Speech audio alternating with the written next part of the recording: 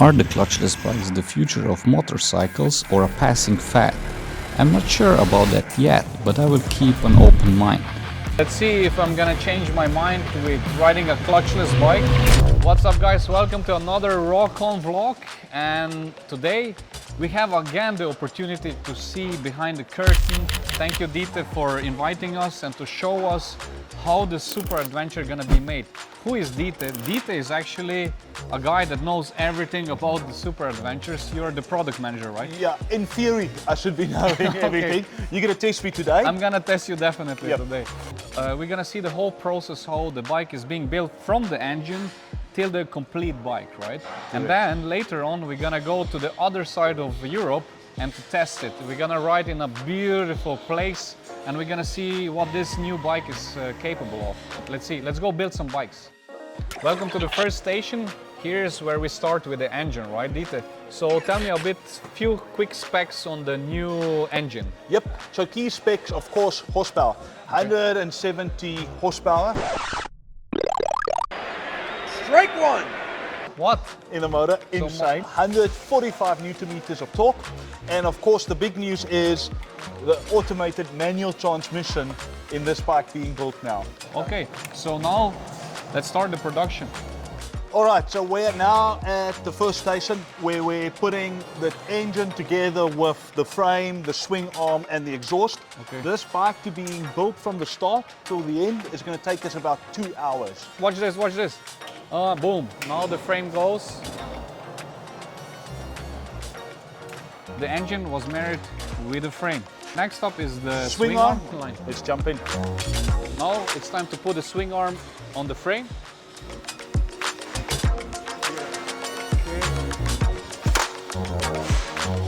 Okay. I think I can start next week here. So the boys are finished here. So we have the swing arm, we have the engine and the frame all married together. This is now a pre-assembled unit and it will now actually go for the first time on the production line. Let's go. Here's an interesting system. And now he's actually attaching the whole unit to the holder that's gonna bring the whole bike to the end of the production line.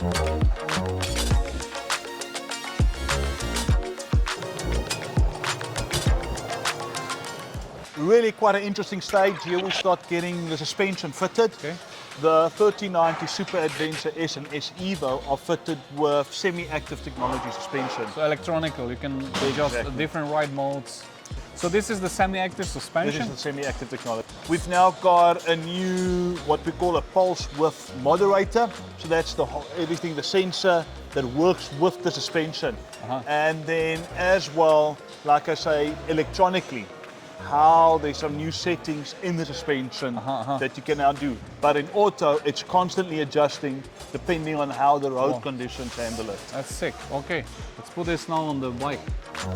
Okay, suspension in. Here. Okay.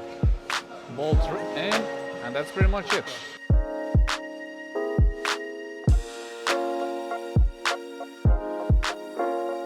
Here we are assembling the handlebars, but before we dive into details, let's look how it's done. So firstly, when we're looking at the handlebar, you'll notice something is missing. Yeah, I just wanted to grab, there is no clutch. Exactly, the AMT. AMT. That's the main reason why. So there's no clutch. What I like visually here, I see the same or similar buttons than on the 990 RCR. What I actually super like on it, how you guys design it this time, bigger buttons. So you have fat gloves, you can easily feel them, and they have a decent space between them, so you don't press a wrong button. So who did that did an amazing job.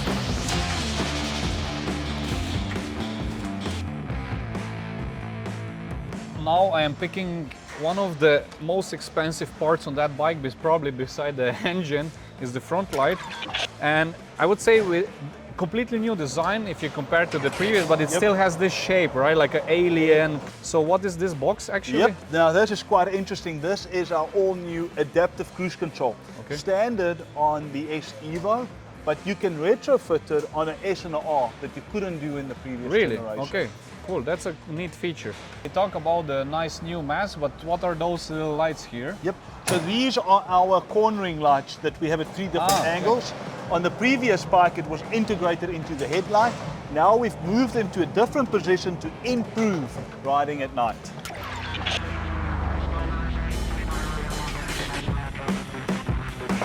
What? I need sometimes 15 minutes to put my rear wheel to have it between the pads. This spacer here, I always lose nerves to that it's not falling down, and he is doing it like boom. Okay, I need to learn that trick. How much fuel capacity we have in this tank? It's massive. This fuel tank is 23 liters with an average fuel consumption of 6.7 liters per 100 kilometers. 6.7 only.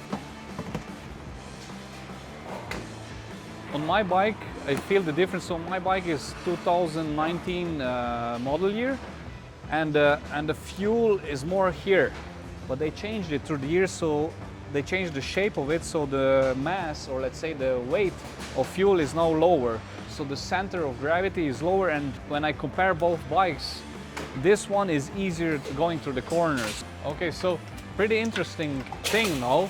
Till here, the bike is dead. So he's now plugging it in.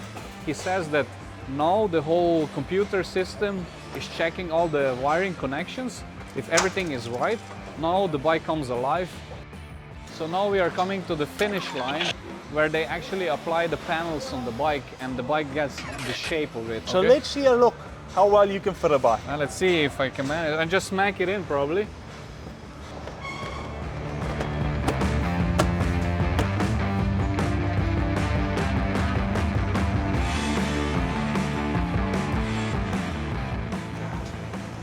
There we go, Rock. The almost final bike. Almost. You can see we're missing a seat, the front screen. That's going to be fitted now at the dealers, but that's the end of the production line. So now the next step is only for you to ride it in Tenerife. Let's go to Tenerife and let's see if I'm gonna change my mind with riding a clutchless bike and to change it with my 1290S. Yep. Let's go to Tenerife. Let's go. Woo-hoo.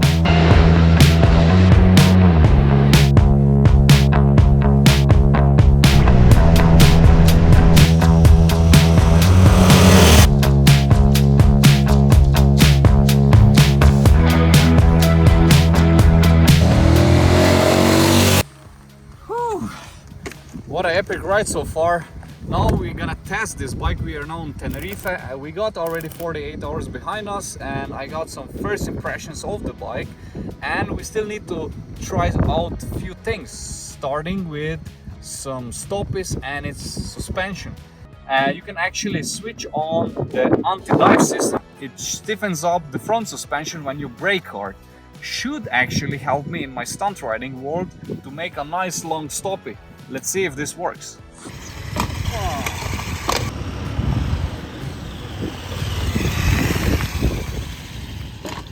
It's actually no clicking on the suspension because it's an electronic suspension, and that one has many options. And if you're picky about suspension, you have also the Pro mode where you can actually adjust yourself the damping as you wish. Pro options. Oh my god. You have fork compression, fork rebound, shock compression high, shock compression low, rebound. Man, you can adjust everything. Sunday, time to hop on. Oh, and by the way, one thing I really love on that bike is actually it automatically adjusts to the load it has. So means if you have a passenger and if you have a passenger with the bags, it has actually 3 modes that you can choose: auto high, auto standard, and auto low, and manually. Just sit on it, the bike does the suspension setting for you, and you just ride. That comes very handy.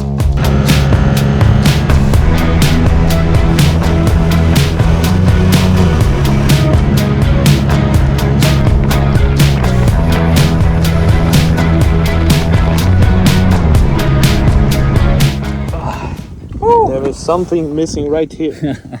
True, there's no clutch actually. This bike is a S EVO, and the S EVO comes without the clutch. KTM calls it, if I'm not mistaken, AMT, automatic manual transmission. But the big question is, can I wheelie the bike without the clutch?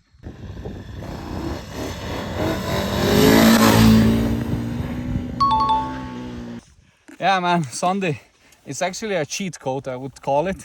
The wheelies are so easy without the clutch, you know. You just cover the brake and you just balance the bike. What an interesting system. Between different modes, and we have a rally mode. It switches off the ABS on the rear, but keeps it on the front. We can try out now if I can do some rolling burnouts with this big bike.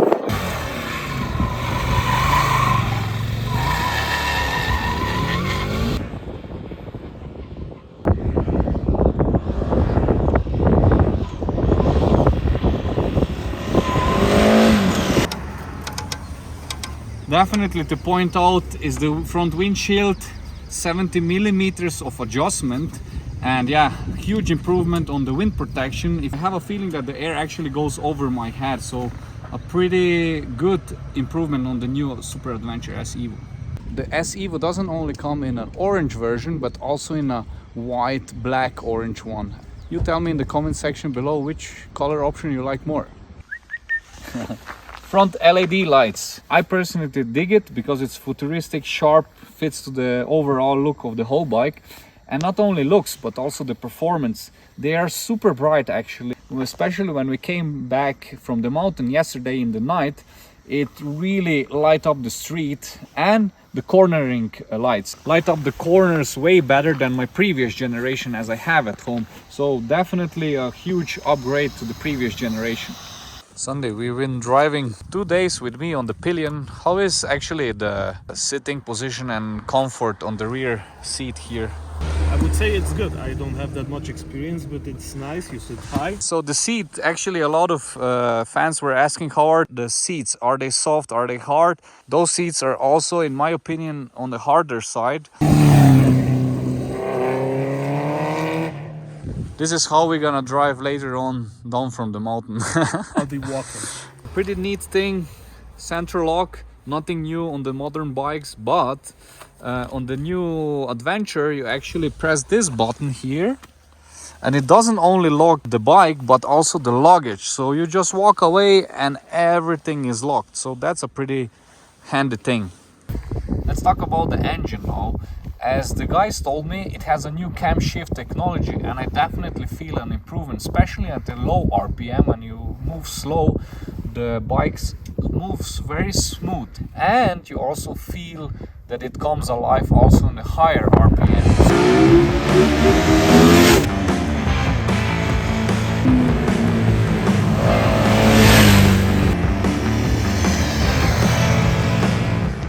What an epic 48 hours with the new bike on this beautiful island with the best streets, best asphalt I ever experienced. It's so epic, and I hope you also enjoy the scenery. And this bike actually made me consider now to change my beloved 1290 Super Adventure S with the new one. So help me out guys to make the last decision if I really should do it or not in the comment section below. And last but not least, a huge thanks to Dite, Laura, Garrett and Rian and all the other KTM crew to make this trip possible and to deliver to you guys this epic vlog. And a huge thumbs up to all the engineers. You made an amazing bike. What a bike. That's all I'm gonna say. See you in the next video. Until then, rock on. Enjoying your Red Bull, man? Yep, nice cold. Yeah. What's about your camera? Well, it died. It died. It It decided it to had leave enough. the chat, right? It decided it had enough.